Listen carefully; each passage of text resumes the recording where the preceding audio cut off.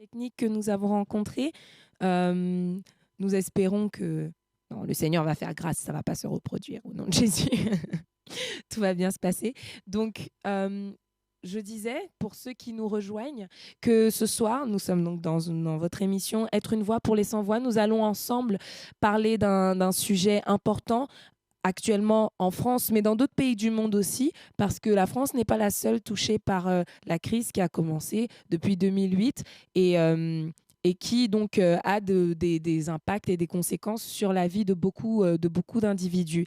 Et c'est dans ce contexte-là que nous avons décidé de vous parler de ce qu'est une épicerie sociale. Et dans ce cadre-là, donc, j'ai avec moi ce soir mes sœurs qui travaillent au sein du Pain Quotidien. Et comme je vous le disais tout à l'heure, le Pain Quotidien a une bonne nouvelle. Nous avons, par la grâce du Seigneur, pu monter une épicerie sociale et une épicerie solidaire aussi, ça s'appelle comme ça. Et nous allons bientôt, donc au mois de mai, courant mai, nous allons pouvoir l'ouvrir et aux bénéficiaires donc de ce type de structure. Nous allons voir ensemble. Bonsoir Sarah. Bonsoir. Ça va bien? Ça va et toi?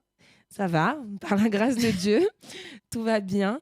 Le Seigneur est bon et je pense qu'on va ensemble pouvoir donc discuter de ce que le Seigneur nous a permis de mettre en place.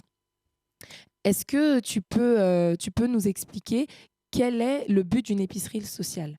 Alors, je dirais plutôt une épicerie solidaire parce qu'une épicerie sociale, c'est quand l'État ou la commune s'organise pour pouvoir développer cette structure.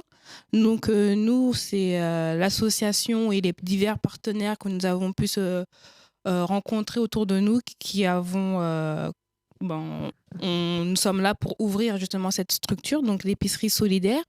Donc, c'est une aide principalement alimentaire apportée à un public en difficulté économique. Donc, ce serait comme un tremplin, un relais aussi pour les personnes en difficulté pour pouvoir aussi se consacrer à d'autres besoins qu'ils rencontrent, autres que alimentaires. Donc, je pense que pendant l'émission, on redéfinira en profondeur le concept d'une épicerie solidaire avec mes collègues qui sont aussi présentes autour de la table. Très bien. Et est-ce que tu peux nous donner, Ornélie, le contexte dans lequel sont apparues les épiceries solidaires? Bonsoir à tous. En fait, l'épicerie, on va dire, ça a commencé... il y a eu un mouvement aux États-Unis dans les années 60. Donc, il y avait dû avoir une pénurie, on va dire, au niveau alimentaire. Il y avait, je sais pas comment vous dire ça. Il y avait beaucoup de personnes, pardon, qui avaient des difficultés au niveau alimentaire. Donc, il y a eu un premier, on appelait ça une banque alimentaire, qui s'appelait Food Bank, qui a ouvert à Phoenix en 1967. Et ça a commencé à apparaître en France environ dans les années 80. Donc, la première épicerie sociale qui a été ouverte, banque alimentaire, excusez-moi. Enfin, il y a une différence entre épicerie sociale et une banque alimentaire, qui a ouvert en France, en Europe. C'était en 1984 à Arcueil. Donc, par la suite, en fait, ça s'est développé en France vers les années 90, environ par là. D'accord, très bien. Et pourquoi est-ce que, à votre avis, le Seigneur nous a mis à cœur d'ouvrir une épicerie donc solidaire maintenant? Après, si on peut prendre la parole dans Genèse 40... Avec grand plaisir. 41, si je me note. Donc, nous sommes dans Genèse, chapitre 41. Voilà. En fait, donc, c'est le passage avec Joseph et Pharaon, en fait. En fait, le Pharaon avait eu un songe, mais il ne comprenait pas la signification. Donc, il a vu en premier temps 7 grosses vaches en bonne santé, puis juste derrière elles, des vaches maigres et qui dévoraient justement les vaches grasses. puis des épis de blé, 7 épis de blé beaux, en bon état, ravagés par 7 épis vides. Et en gros, donc Pharaon va chercher la signification de ce songe qu'il ne trouvera pas auprès de ses magiciens. Et donc Joseph, qui était emprisonné, par la grâce de Dieu, on l'a fait ressortir à cause de son témoignage, parce qu'il avait le don justement d'interprétation des songes et des visions. Donc il a été approché auprès de Pharaon pour justement lui donner la signification de ce songe. Donc si on peut prendre ensemble Genèse 41 à partir du verset 25. Je lis au nom de Jésus. Joseph dit à Pharaon, c'est qu'un songe Pharaon est une seule chose. Dieu a fait connaître à Pharaon ce qu'il va faire. Les 7 vaches belles sont cette année et les 7 épis beaux sont cette année. C'est un seul songe. Les 7 vaches décharnées et laides qui montaient derrière le premier sont cette année et les 7 épis vides, brûlés par le vent d'Orient, seront cette année de famine. Ainsi, comme je viens de le dire à Pharaon, Dieu a fait connaître à Pharaon ce qu'il va faire. Voici, il y aura cette année de grande abondance dans tout le pays d'Égypte. Cette année de famine viendra après elle. Et on oubliera toute cette abondance au pays d'Égypte et la famine consumera le pays. Cette famine qui suivra sera si forte qu'on ne s'apercevra plus de l'abondance dans le pays. Si Pharaon a vu les songes se répéter une seconde fois, c'est que la chose est arrêtée de la part de Dieu et que Dieu s'est hâtera de l'exécuter. Maintenant que Pharaon choisisse un homme intelligent et sage et qu'il le mette à la tête du pays et des pays d'Égypte. Que Pharaon établisse des commissaires sur le pays pour lever 1/5 des récoltes de l'Égypte pendant les 7 années d'abondance. Qu'il rassemble tous les produits de ces bonnes années qui vont venir, qu'il fasse sous l'autorité de Pharaon des amas de bleu, des approvisionnements dans les villes et qu'il en ait la garde. Ces provisions seront en réserve pour le pays pour les 7 années de famine qui arriveront dans le pays d'Égypte, afin que le pays ne soit pas consumé par la famine. Amen. Amen.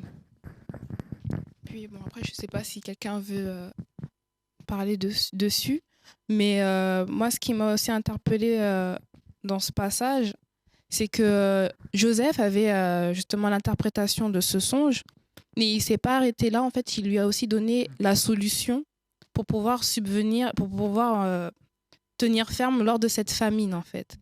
Donc, durant ces 7 années de prospérité, il lui a suggéré de mettre 1/5 des récoltes de côté pour pouvoir justement subvenir aux besoins du peuple. Et on va voir même par la suite, même des pays alentours, sur les autres contrées, même Canaan, tous ceux qui étaient autour étaient en famine. Et ils sont venus se réapprovisionner en fait en Égypte. Donc pourquoi l'épicerie solidaire aujourd'hui? Comme tu l'as dit au début de l'émission, depuis la crise de 2008, on retrouve aujourd'hui de nouveaux travailleurs pauvres. Déjà qu'il y en avait avant, maintenant la situation s'est accrue. Donc nous rencontrons de plus en plus de personnes en difficulté qui travaillent mais qui n'arrivent pas à la fin du mois à joindre les deux bouts, ne pouvant plus se nourrir convenablement. Donc nous avons mis en place cette épicerie solidaire justement pour aider les familles dans le besoin et justement durant ce temps de famine, ce temps de disette, aider les personnes aussi à se nourrir, parce qu'en tant que chrétiens, en tant que personnes, nous devons en fait nous soucier aussi du besoin de notre prochain, parce que le Seigneur nous a donné des commandements qui est de l'aimer, mais aussi de aimer et de se soucier aussi de notre prochain, comme à la parabole du bon samaritain.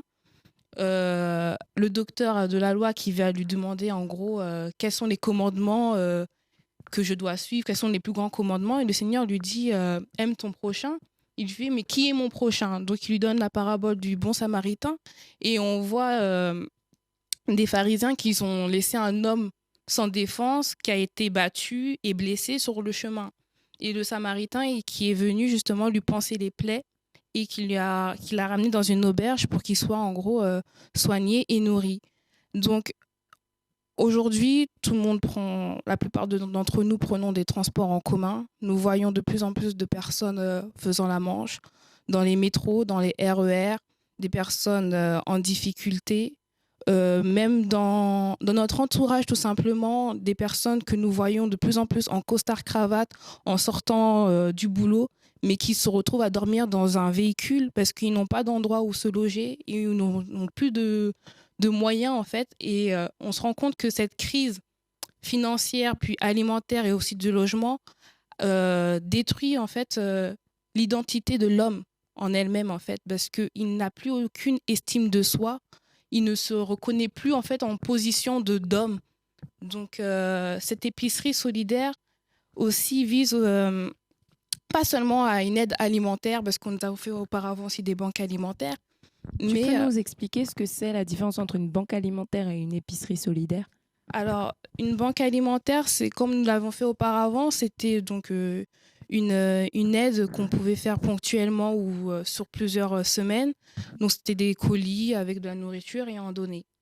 Donc là, plutôt qu'une aide alimentaire, comme dans une banque alimentaire, une épicerie solidaire, ce serait que le bénéficiaire donnerait une participation, par exemple, de 10% de l'achat des produits, en fait, de la valeur des produits. Par exemple, il fait des courses de 50 €, d'une valeur de 50 €, mais à la fin, il paye 10% en fait, de son panier.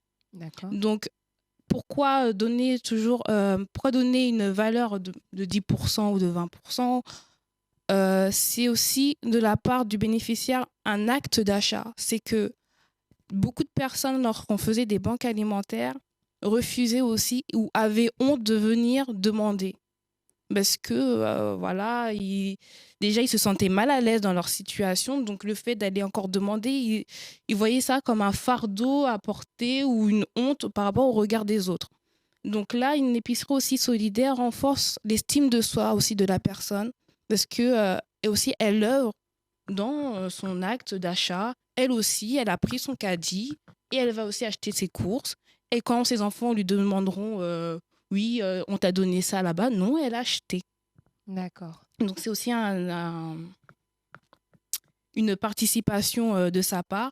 Et aussi par rapport à l'épicerie, ça nous permettra aussi de réapprovisionner justement les stocks et à ce que les familles suivantes qui viendront après puissent aussi bénéficier de cette aide. Ok, d'accord.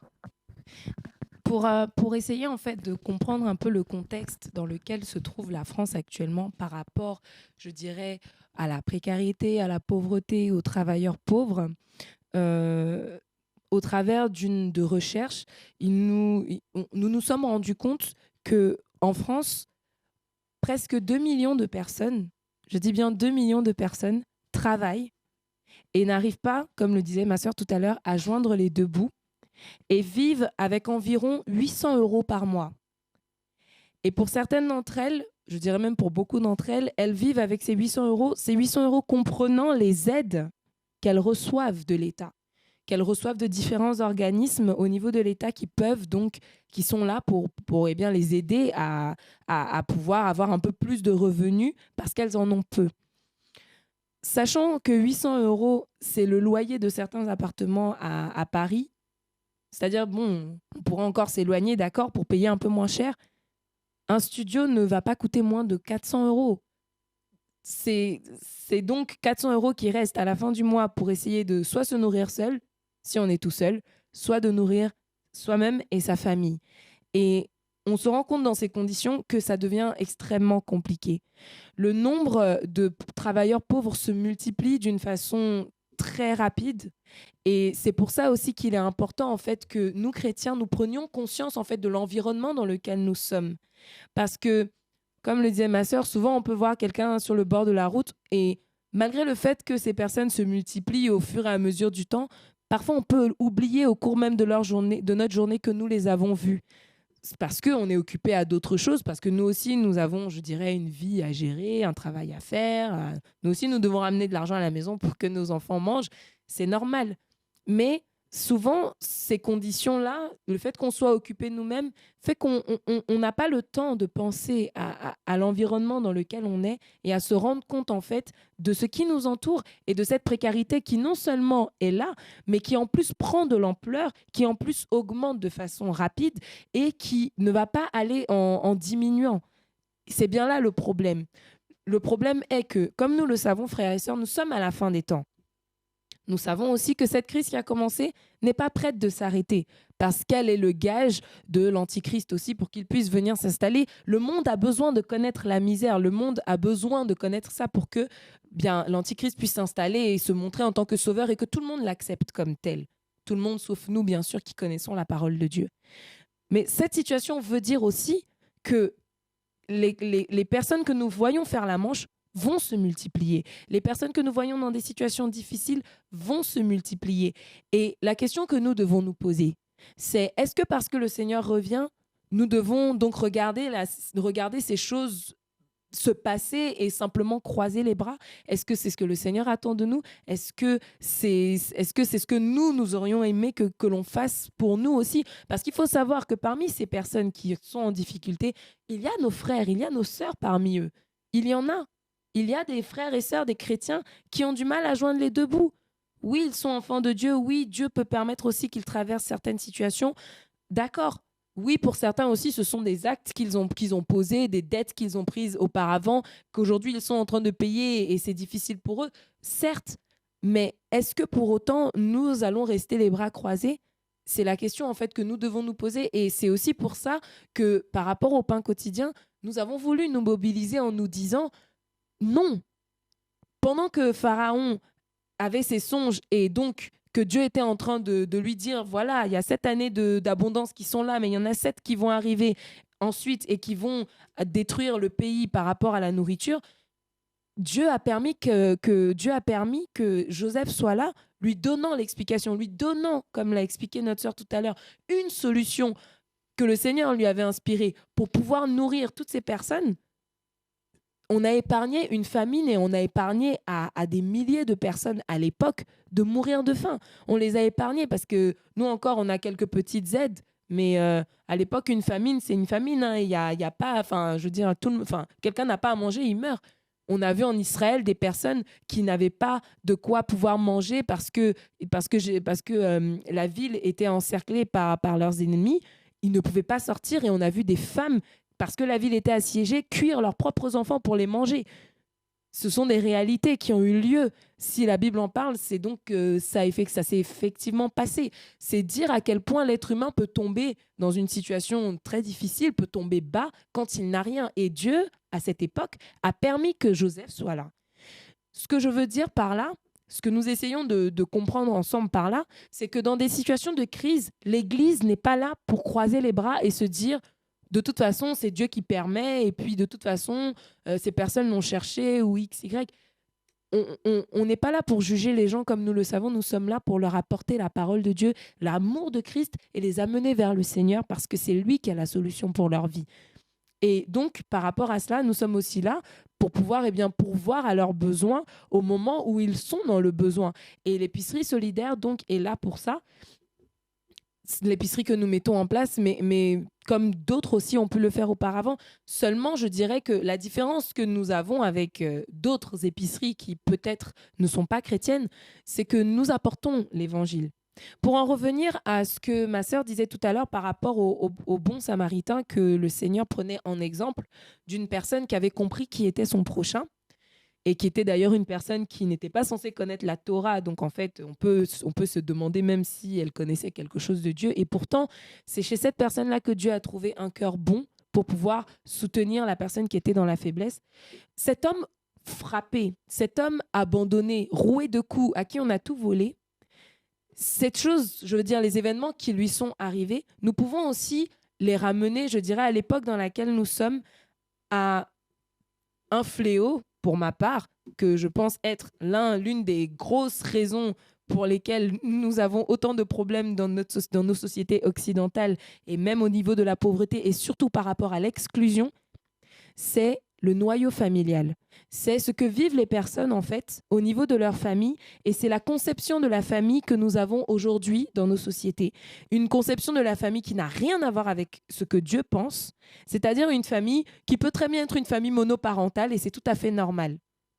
En France, aujourd'hui, une mère qui éduque seule ses enfants, ça n'a rien de choquant. Tout le monde trouve ça normal. Et à la limite, c'est même bien, la femme sera souvent même vue comme une personne forte, avec un fort caractère, qui sait jouer autant le rôle d'un père que le rôle d'une mère. Sauf que, au travers des études qu'on a pu faire, on s'est rendu compte que la majorité des femmes qui étaient dans une situation de monoparentalité, je dirais, donc qui s'occupaient seules de leurs enfants, étaient dans une situation de précarité extrême. Pourquoi ? Parce que c'est quelque chose qui est totalement accepté par la société et que tout le monde trouve normal. Pourquoi est-ce que je compare ça au bon samaritain ? Je compare ça à cela dans le sens où le milieu dans lequel elles ont grandi, ces femmes, ou ces hommes qui ont aussi du mal à trouver du travail parce qu'ils ont arrêté d'aller à l'école tôt en se disant que l'école, ça servait à rien parce qu'ils vivaient dans un quartier pauvre. Je veux dire, le contexte dans lequel ils étaient, ils ne l'ont pas choisi. Ce sont des choses qui se sont, je dirais, imposées à eux. Après, les actes qu'ils ont posés par la suite, c'est vrai, ils les ont choisis. Nous sommes libres de poser tel ou tel acte, d'accepter de faire le bien ou le mal, comme le Seigneur nous donne le libre arbitre, c'est vrai. Mais ceci étant dit, ne connaissant pas le Seigneur, étant dans des contextes particuliers difficiles, grandissant dans des quartiers difficiles avec de la violence, avec de la pauvreté que l'on a déjà connue, parce qu'il faut savoir que les familles aujourd'hui qui sont éduquées, les parents aujourd'hui, les femmes ou les hommes, mais 85% des familles monoparentales ce sont des femmes qui s'en occupent.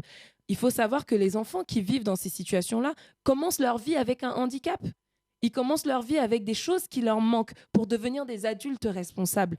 Et tout ça va en quelque sorte, diriger les pas aussi qu'ils vont décider de faire ou pas, va diriger les choix qu'ils vont faire. Beaucoup d'entre eux vont se dire, eh bien, pour se sortir de la galère, il va falloir essayer de faire des magouilles, ce genre de choses. Ils n'ont pas l'idée, en fait, de faire le bien, ne leur viendra pas à l'esprit facilement. Parce que leur éducation, leurs parents, le contexte dans lequel ils ont vécu ne leur ont pas permis d'avoir ces choses en tête et de pouvoir être construits en tant qu'adultes.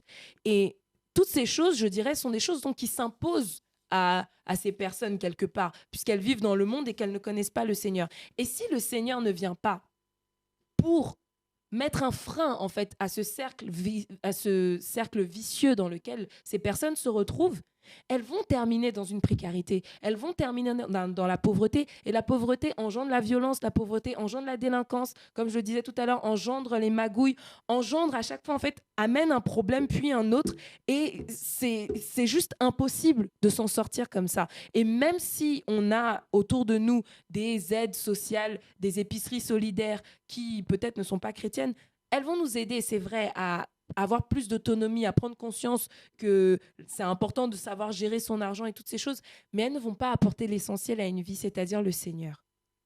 Le Seigneur est le seul qui soit capable de guérir les cœurs de ces personnes et de pouvoir venir avec la croix, je dirais, la prédication de la croix du Seigneur, venir couper ce cercle vicieux qui les entoure et pouvoir leur apporter une solution. Et j'ai envie de nous dire, chrétiens, enfants de Dieu, que le Seigneur passe par nous pour faire ces choses-là. Et trop souvent, nous l'oublions. Trop souvent, nous oublions que nous sommes là pour ça et que Dieu nous attend aussi là. Trop souvent, nous oublions que ces personnes sont comparables aux Samaritains,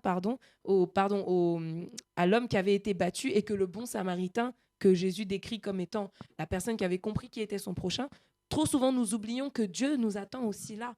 Dieu nous attend pour comprendre que oui, ces personnes ont fait des mauvais choix. Oui, cet homme qui a été battu, s'il n'avait pas été là à ce moment-là, il ne se serait pas fait non plus battre et il n'aurait pas été dans cette situation. Le bon Samaritain aurait pu passer en se disant ça. Écoute, c'est pas mon problème. Moi, j'ai des choses à faire. J'ai un chemin à suivre. Je dois aller quelque part. Je ne vais pas m'arrêter pour lui. Il va me mettre en retard. Mais il ne s'est pas dit ça. Il s'est arrêté Et il a soigné cet homme. Il a même payé l'aubergiste pour tout le temps où il serait là-bas. Donc, ce que nous pouvons nous comprendre par cela, c'est que ce qui s'impose à ces personnes-là et qui fait qu'elles se retrouvent dans des situations telles qu'une précarité où elles ne peuvent pas s'en sortir seules et qu'elles ont surtout besoin du Seigneur avant d'avoir besoin de qui que ce soit d'autre, nous sommes le temple du Saint-Esprit. Dieu, si nous sommes chrétiens, habite en nous, nous le confessons tous les jours, eh bien, ces personnes ont besoin de le voir. Elles ont besoin de le voir. Et cela passe par le fait d'être présent, par le fait de mettre des choses en place, par le fait de poser des actes, par le fait d'avoir des initiatives, par le fait d'être ambitieux dans le royaume de Dieu pour tirer ces âmes-là des griffes de l'ennemi. Nous avons besoin de ça. Nous, en tant qu'enfants de Dieu, nous avons besoin d'ambition et nous avons besoin de nous rendre compte que le Seigneur nous attend aussi là. Et 2 millions de personnes vivant avec 800 € par mois en France, c'est juste un chiffre qui est incroyable, d'autant que nous avons beau le voir souvent, comme le disait ma sœur, quand on prend le métro et tout ça, on s'en rend pas compte parce que, comme elle a dit, il y en a qui sont en costard-cravate, qui sortent du travail et qui ne peuvent pas se payer un loyer, qui sont obligés de dormir dans une voiture parce que ça coûte trop cher et ça ne va pas aller en s'améliorant, malheureusement. Et pour donner d'autres chiffres, par exemple, on peut penser aux enfants qui vivent dans ces familles, qui sont dans des situations précaires. Il faut savoir qu'un enfant sur 5 en France connaît la pauvreté. Un enfant sur 5, c'est énorme. C'est incroyablement un chiffre pour moi qui me dépasse. Ça fait plus de 2 500 000 enfants qui connaissent la pauvreté aujourd'hui en France. C'est important pour nous que nous ayons les yeux ouverts sur ces choses et que nous nous rendions compte en fait donc de l'importance que cela a et que nous ne sommes pas là pour regarder les choses se passer. Nous sommes là pour prendre des initiatives. Nous sommes là pour, devant le Seigneur, fléchir nos genoux et nous demander, Seigneur, qu'est-ce que nous pouvons faire ? Ces personnes se retrouvent dans une situation précaire, comme nous l'avons dit, comme nous essayons de l'expliciter. Et comme nous l'avons aussi dit, beaucoup d'entre elles reçoivent des aides. Beaucoup d'entre elles, avec 800 €, dedans, on compte les aides qu'elles reçoivent. Ça veut donc dire que pour une personne qui n'a rien, qui juste essaye de joindre les deux bouts, mais c'est vraiment compliqué, après avoir travaillé, après avoir fait les démarches, et il faut savoir que dans l'administration française, en tout cas, il y a énormément de démarches à faire, il y a beaucoup de papiers à aller chercher. Il faut être motivé, vraiment, pour obtenir quelque chose. Je veux dire, l'administration n'est pas proche des gens. Il faut aller la chercher. Donc, il faut vraiment être motivé. Et donc, après avoir travaillé, je disais, fait les démarches, après avoir s'être décarcassé pour obtenir les aides, arriver à la fin du mois et ne pas arriver à payer son loyer ou ne pas arriver à nourrir correctement ses enfants parce qu'on n'arrive juste pas à avoir assez d'argent pour. Je ne sais pas à quel point c'est frustrant, mais sincèrement, si je devais me retrouver dans cette situation, je ne sais pas ce que je penserais. Et je me dis, dans la situation de ces personnes, comment est-ce que je me sentirais ? Sincèrement, je serais démunie. Je me demanderais en fait, mais au final, qui peut m'aider ? Et je me sentirais comme exclue de la société dans laquelle nous vivons, parce que la société dans laquelle nous vivons aujourd'hui nous présente l'abondance. C'est une société de consommation où en fait, quand on manque de nourriture, aujourd'hui en France en tout cas, il y a certains de nos frères africains qui nous appellent le pays du yaourt, le pays où on mange du yaourt à chaque dessert, parce qu'en Afrique, on ne mange pas du yaourt comme ça. Même moi qui y ai vécu, quand je mangeais du yaourt, c'est parce que j'étais malade et que mes parents se disaient, bon, on va lui faire plaisir un peu, et que je mangeais autre chose qu'un fruit. Donc voilà, on ne mange pas des yaourts tous les jours. Donc c'est pour un peu caricaturer le fait qu'on soit dans l'abondance et qu'on ait à manger comme on veut, quand on veut, à n'importe quelle heure de la journée. Il n'y a pas de problème, quoi. Et donc, dans une société comme la nôtre, qui peut être comparée aux sociétés occidentales dans lesquelles on vit, quand une personne manque de nourriture, ça montre en fait l'écart qu'elle a avec le reste de la société. Elle se sent exclue, en fait. Ou elle sent effectivement qu'elle passe par un échec. C'est pas normal que je me retrouve dans cette situation. C'est aussi l'une des raisons pour lesquelles les personnes, même des chrétiens, avaient du mal à venir aux banques alimentaires qu'on mettait en place, parce que c'était gratuit et qu'elles se disaient... Mais sûrement, pour certaines d'entre elles, elles se disaient « mais je ne suis quand même pas tombée si bas ». Donc en fait, pour essayer de leur venir en aide, il est important de comprendre comment est-ce qu'elles peuvent se sentir. comment peuvent se sentir ces femmes qui éduquent seules leurs enfants et qui ont du mal à trouver du travail parce que de un, elles sont des femmes et qu'elles sont payées moins cher que les hommes. Pour beaucoup de boulots qui sont faits aujourd'hui, c'est encore le cas. C'est une réalité. Et elles ont un enfant à nourrir. Il faut qu'elles payent le loyer. Pour certaines d'entre elles, elles dorment dans des chambres d'hôtel. Comment est-ce qu'elles se sentent quand, après avoir travaillé, reçu les allocations familiales, reçu tout ce qu'elles doivent recevoir, je dirais, elles arrivent à 800 €, elles peuvent rien payer avec et elles ont juste l'impression de taper dans le vide et de se dire mais à quoi ça sert? Et elles se sentent démunies. Nous sommes enfants de Dieu, nous savons que le Seigneur est là. Mais si le Seigneur n'avait pas été là, qu'est-ce que nous aurions fait? Comment est-ce que nous nous serions sentis? Et là, je vous parle de gens qui, beaucoup d'entre eux, ne croient pas en Dieu peut-être. Pour beaucoup d'entre eux, ne connaissent même pas Dieu. Pour beaucoup d'entre eux, ont une notion de Dieu, mais totalement erronée ou ne l'ont jamais rencontré. Si nous connaissons le Seigneur, c'est parce que des personnes sont venues vers nous. Beaucoup d'entre nous, pour ceux qui nous regardent, et même moi, nous n'avons peut-être jamais connu de situations précaires. D'autres les ont peut-être connues, ces situations-là. Ceci étant dit, le Seigneur est venu vers nous. Et le Seigneur, pour la grande majorité d'entre nous, c'est en passant par ses enfants qu'il nous a parlé. Si donc nous ne sommes pas là pour eux, vers qui est-ce qu'ils se tournent? Ce que nous essayons de faire comprendre, c'est Église, tu es une voix pour les sans-voix, tu es une voix pour ceux qui ne peuvent plus rien dire et qui sont juste en difficulté totale, ils ne savent même plus vers qui se tourner. Et tu es une voix, mais tu es surtout la voix du Seigneur pour leur parler et leur dire que c'est possible de se sortir de cette situation-là. Pas seulement financièrement parlant, mais d'abord dans leur cœur. Parce que si ces personnes aussi, pour beaucoup d'entre elles, sont dans des situations précaires, c'est parce qu'elles ne connaissent pas le Seigneur et parce qu'elles ont fait des choix dans leur vie qui les ont menées à une situation précaire. Prenons l'exemple des familles monoparentales qui font partie des personnes les plus touchées parmi les 2 millions de personnes, de travailleurs précaires là. Il y a énormément de familles monoparentales. 85% d'entre elles sont dirigées par des femmes. Si ces jeunes femmes ou ces femmes avaient eu le Seigneur dans leur vie, comme certaines d'entre nous ont connu le Seigneur tôt, merci Seigneur, il y a des choix qu'elles ont faits, qu'elles n'auraient jamais faits. Mais la société leur a jamais dit que c'était mauvais, au contraire. La société les a encouragées à le faire. Et aujourd'hui que cette société qui les encourage à le faire, eh bien, qui les encourage à poser des actes comme par exemple se marier avec un homme alors que cet homme, finalement, peut-être les a battus, n'était pas un mari convenable, elles n'auraient jamais dû faire ça, elles n'ont pas écouté leurs parents ou alors même ne se sont pas mariées, ils sont allés faire des enfants et puis l'homme les a abandonnées, elles se retrouvent toutes seules. Si elles avaient eu le Seigneur, elles n'auraient pas été dans cette situation-là. Dieu sait ce qu'il fait. Dieu sait pourquoi il permet les situations qu'il permet. Mais ce que je veux dire, c'est qu'il y a un moment où nous sommes aussi là pour comprendre que nous sommes là pour faire de la prévention au niveau de notre entourage, partout où nous sommes. Qu'en prêchant l'évangile, en fait, même si on ne se rend pas compte de ce que ça crée effectivement sous nos yeux, que par notre vie aussi, le témoignage qu'on donne, même si on ne se rend pas compte, le Seigneur travaille, le Seigneur parle aux gens, le Seigneur touche leur cœur, le Seigneur leur montre, c'est possible de faire autrement. C'est possible d'arriver jusqu'au mariage sans aller coucher avec un homme au risque d'avoir un enfant dont tu ne sauras pas comment t'occuper, par exemple. C'est possible de faire ces choses-là, puisque certains le font. C'est donc possible. Et il y a une lueur d'espoir comme ça qui naît pour les gens autour de nous lorsque nous leur portons l'évangile et que surtout nous le vivons. Et donc, par rapport à cela, nous avons donc décidé de mettre l'épicerie solidaire en place, donc pour essayer de pourvoir aux besoins de ceux qui viendraient vers nous.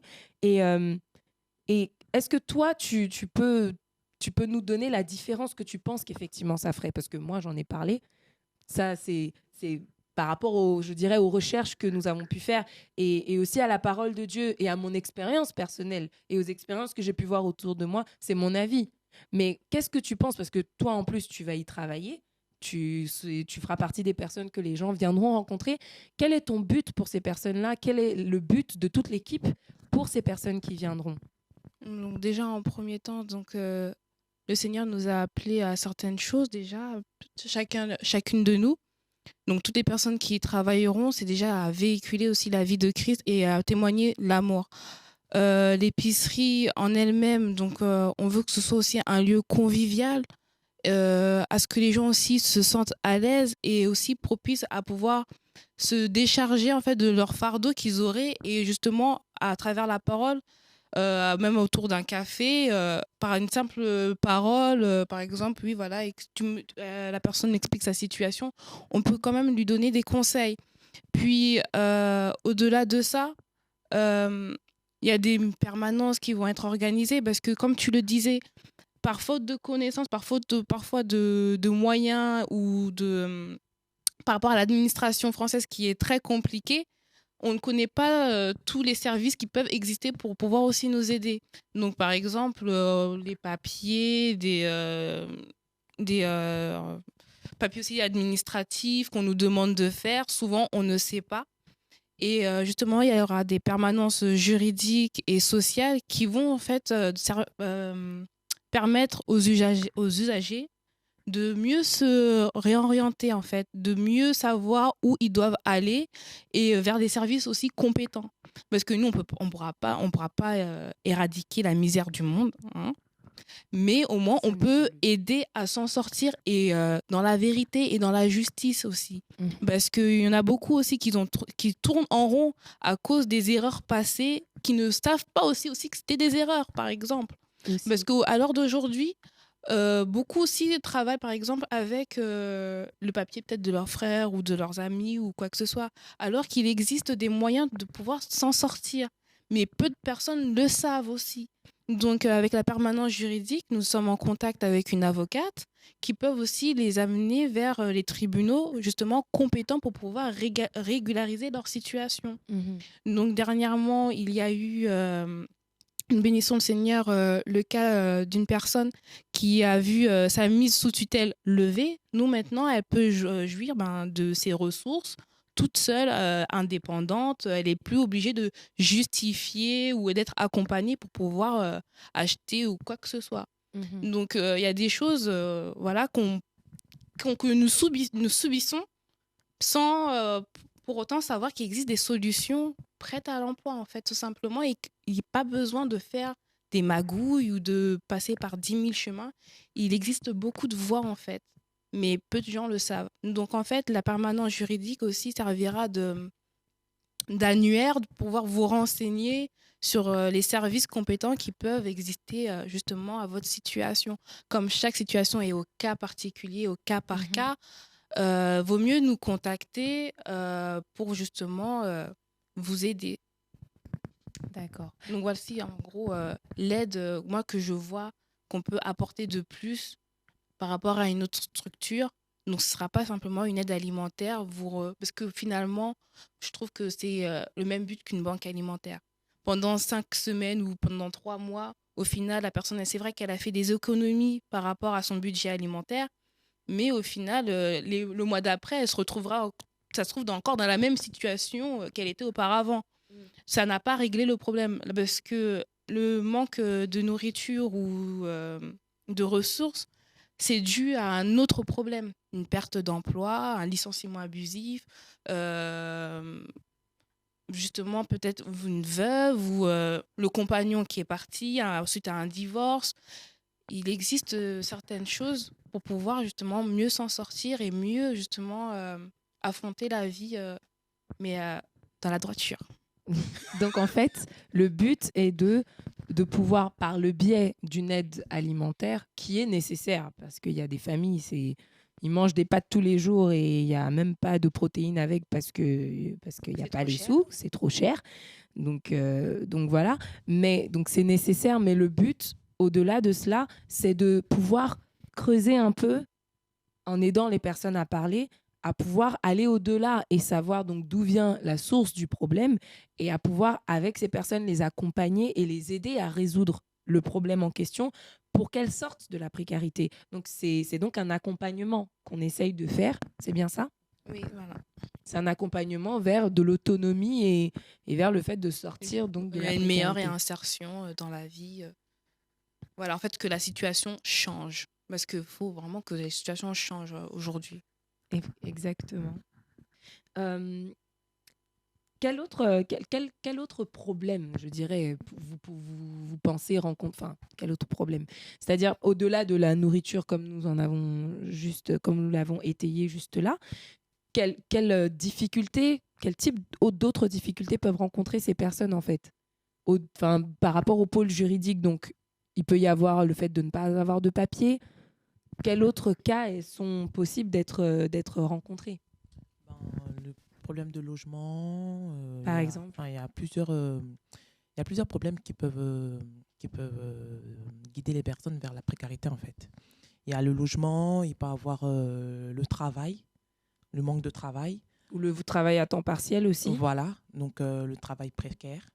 Donc en gros, il y a en fait tout ce qui touche à la, comment dire, enfin, je vais un peu parler un peu économie par rapport à la pyramide de Maslow. Enfin, je ne sais pas si vous connaissez un peu. Expliquez-nous. Voilà, l'estime de soi, c'est-à-dire dans la pyramide de Maslow, il y a plusieurs étapes. Il y a plusieurs étapes pour qu'une personne soit, on va dire, il estime de elle-même.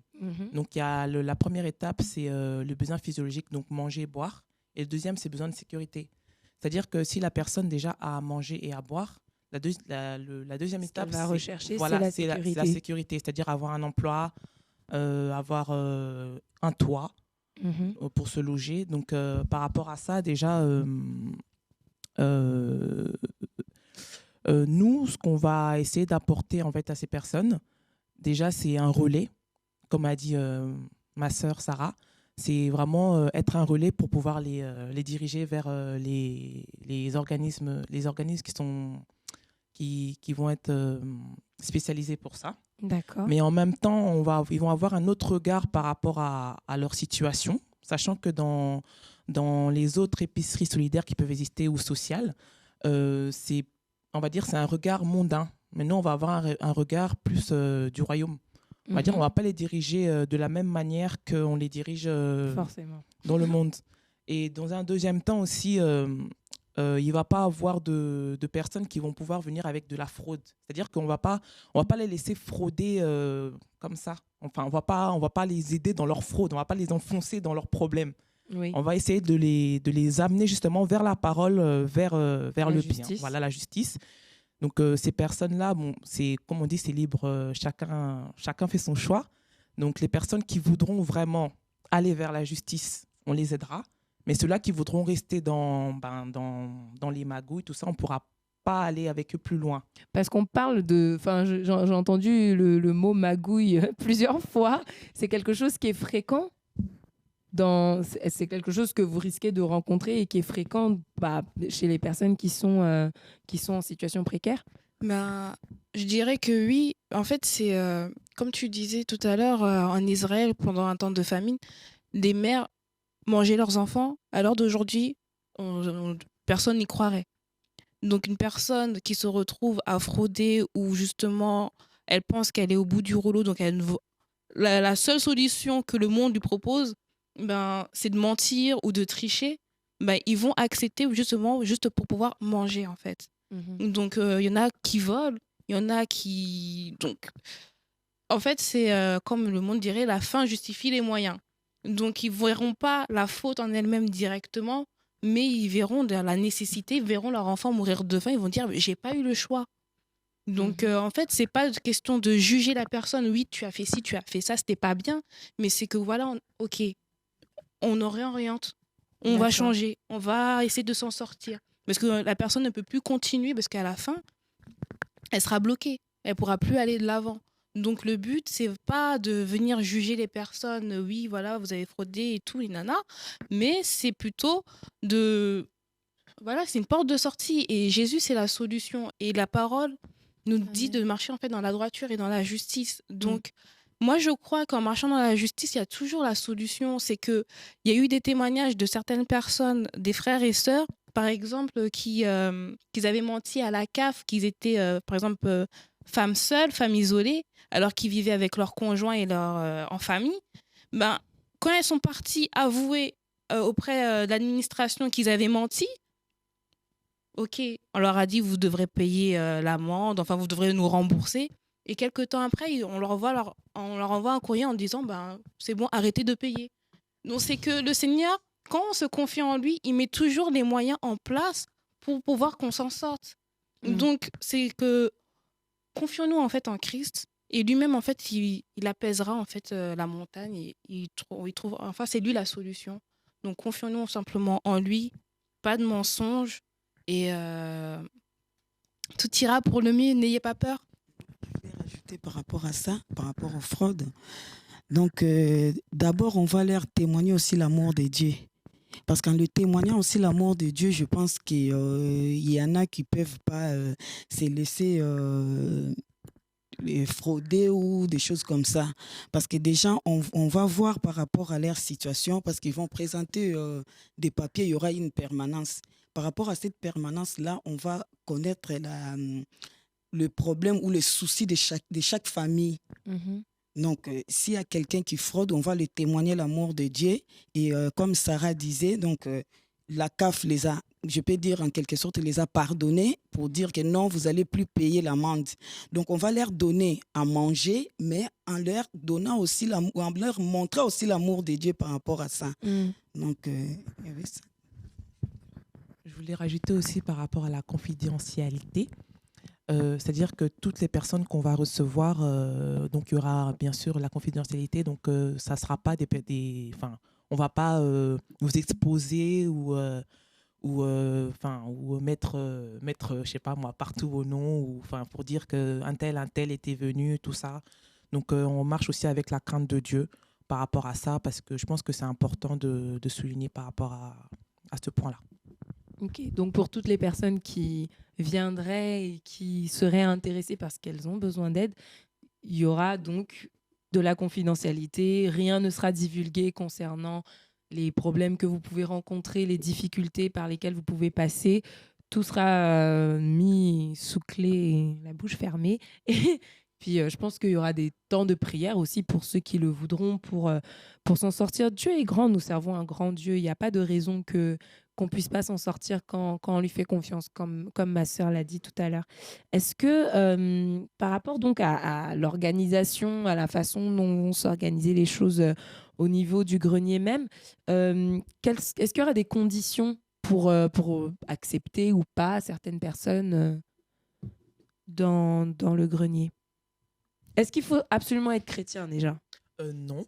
Non, justement, ça peut être un moyen justement d'évangéliser, de parler de Christ, d'attirer des personnes qui ne sont pas chrétiennes, justement pour, comme je parlais tout à l'heure, le fait de donner une autre vision par rapport aux autres épiceries solidaires ou sociales qui peuvent déjà exister. Donc voilà, et non, il ne faut pas spécialement être chrétien. Donc on accepte les païens et les chrétiens, bien sûr. Et les critères pour pouvoir bénéficier de l'épicerie sociale, donc ça, c'est en fonction des cas de personnes. Donc il y a un calcul fait par rapport au budget des personnes. On va un peu éplucher, entre guillemets, les revenus et les dépenses des bénéficiaires. Et par la suite, on va pouvoir établir le panier pour lequel les personnes auront droit, ou s'ils ont droit ou pas. Enfin, c'est vraiment par rapport aux critères, à ces critères-là qu'on va voir. D'accord, très bien. Et comment est-ce que se déroulerait une journée type à l'épicerie? Une journée type, donc ils seront accueillis, donc prendre un café, un thé ou du jus en attendant de pouvoir passer dans l'épicerie, parce que c'est pas une épicerie, simplement un magasin. Il faut que ce soit aussi convivial, partager, discuter. Puis aussi discuter avec d'autres personnes, parce que souvent, quand on est en situation précaire, on évite de rencontrer des personnes. Les gens se mettent à l'écart et justement ne voient plus grand monde.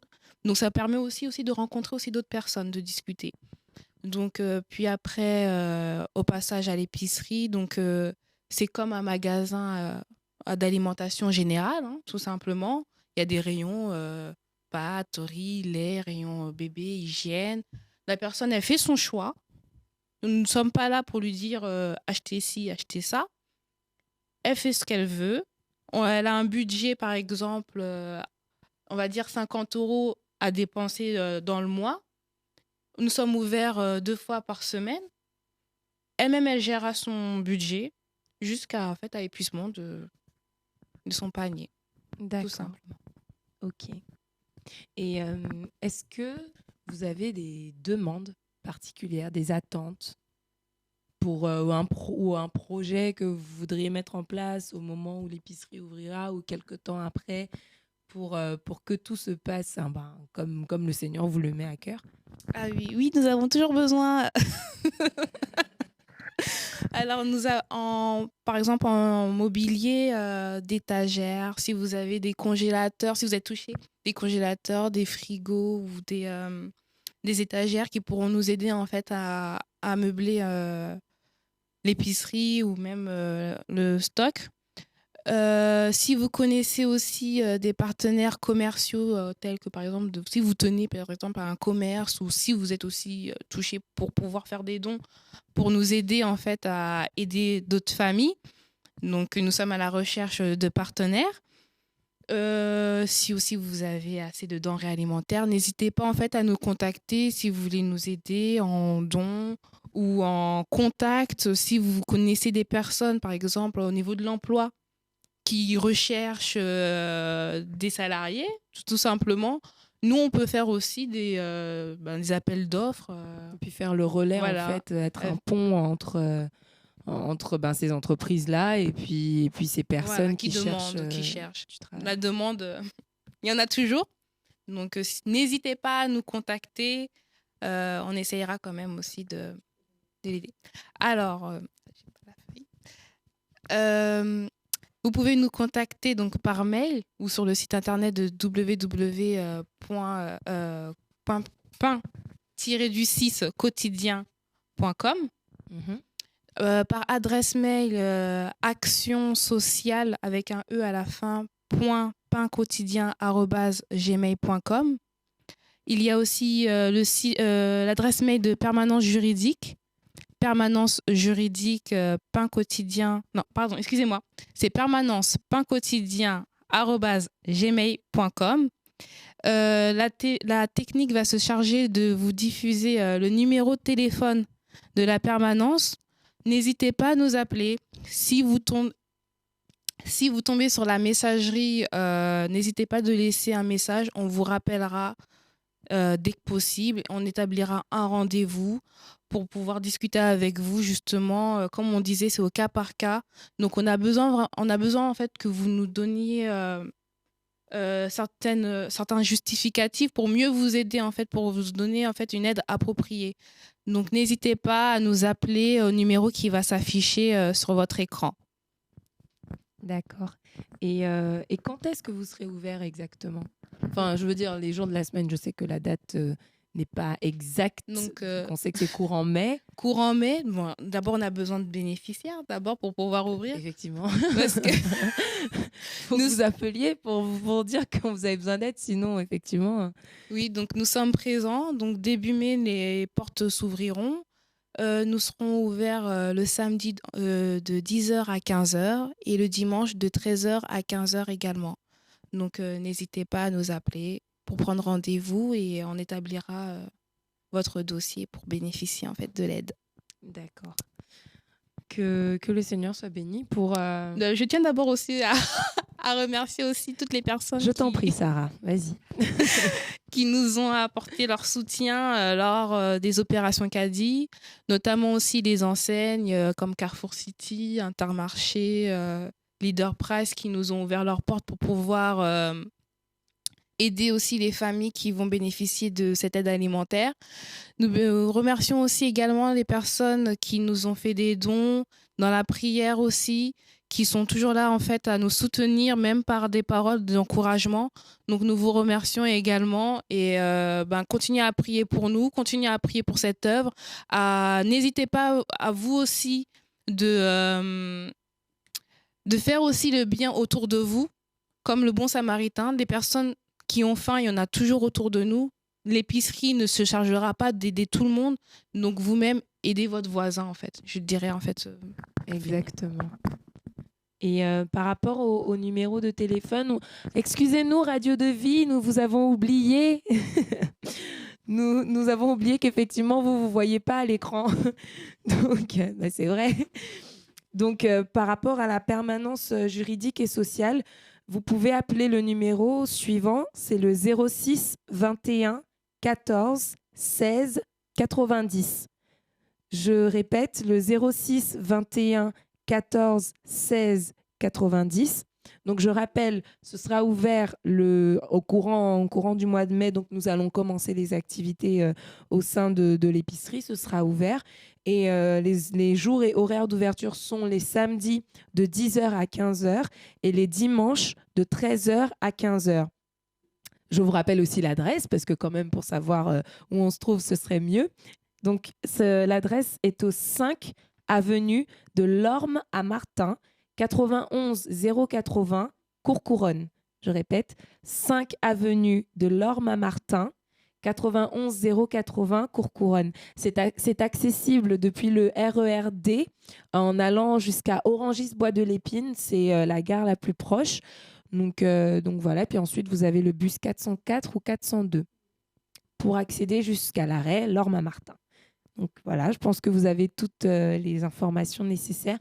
En tout cas, n'hésitez pas à venir, n'hésitez pas à faire appel à la structure qu'on essaye de mettre en place. C'est pour vous, c'est pour tous ceux qui sont dans le besoin. Si vous connaissez quelqu'un qui a besoin d'aide, qu'il nous connaisse nous ou pas, c'est pas l'important. Si vous le connaissez, que vous savez que ça peut l'intéresser, n'hésitez pas non plus à lui en parler. On sera très heureux de l'accueillir et surtout, on sera très heureux si la personne ne connaît pas le Seigneur, par ce biais aussi de l'amener dans le royaume de Dieu, parce que dans tout ce qu'on fait, c'est notre premier objectif, j'ai envie de dire, c'est que le Seigneur puisse sauver des âmes qu'il veut sauver. Et pour, comme l'a dit ma sœur, pour nos frères et sœurs qui nous voient, qui nous connaissent et qui connaissent aussi le Seigneur, bien n'hésitez pas à aider autour de vous, à faire l'œuvre du Seigneur autour de vous, parce que la Bible dit dans Hébreux 13 que Dieu prend plaisir à la libéralité, Dieu prend plaisir à de tels sacrifices, il dit. Donc, n'hésitez pas à aider donc votre prochain et à la personne que vous verrez dans le besoin à prendre le temps avec elle et à la mener ainsi petit à petit vers le Seigneur. C'est une belle œuvre c'est une belle chose que de faire l'œuvre de Dieu partout où on est et je vous assure, ces personnes en ont réellement besoin. Ces personnes en ont réellement besoin. Que le Seigneur soit béni. Merci beaucoup, mes sœurs, pour votre présence, votre disponibilité, pour l'œuvre que le Seigneur vous a mis à cœur, pour l'investissement que vous y mettez. Soyez vraiment encouragés par la grâce du Seigneur par rapport à toutes les personnes, par rapport à toutes les personnes que vous rencontrerez. Au nom de Jésus, que le Seigneur vous donne la sagesse nécessaire, les mots, l'amour pour pouvoir le communiquer comme il se doit et que vous-même vous en soyez enrichis et que vous en sortiez encore grandis dans votre relation avec Dieu, dans votre compréhension du Seigneur, de sa personne, de l'œuvre qu'il veut faire dans la vie des êtres humains qui sont autour de nous. Vraiment que vous soyez abondamment bénis et en tout pour pouvoir bien faire l'œuvre du Seigneur. Et je sais que ça portera de bons fruits parce que Dieu est fidèle. Donc voilà, je vous souhaite une bonne soirée à tous, chers auditeurs, auditrices de TV et Radio de Vie. Que le Seigneur vous bénisse pour le temps que vous nous avez accordé. Merci de nous suivre, merci pour votre fidélité et encore une fois, soyons tous encouragés à faire l'œuvre de Dieu partout où nous sommes. Le cœur du Seigneur n'en sera que plus réjoui et nous n'amènerons que plus de personnes vers lui. Donc, c'est juste merveilleux. Que le Seigneur soit béni et soyez vraiment encouragés là où vous êtes aussi. À bientôt. Normalement, nous nous voyons dans 2 semaines, si tout va bien. Nous voyons mercredi dans 2 semaines. Au revoir.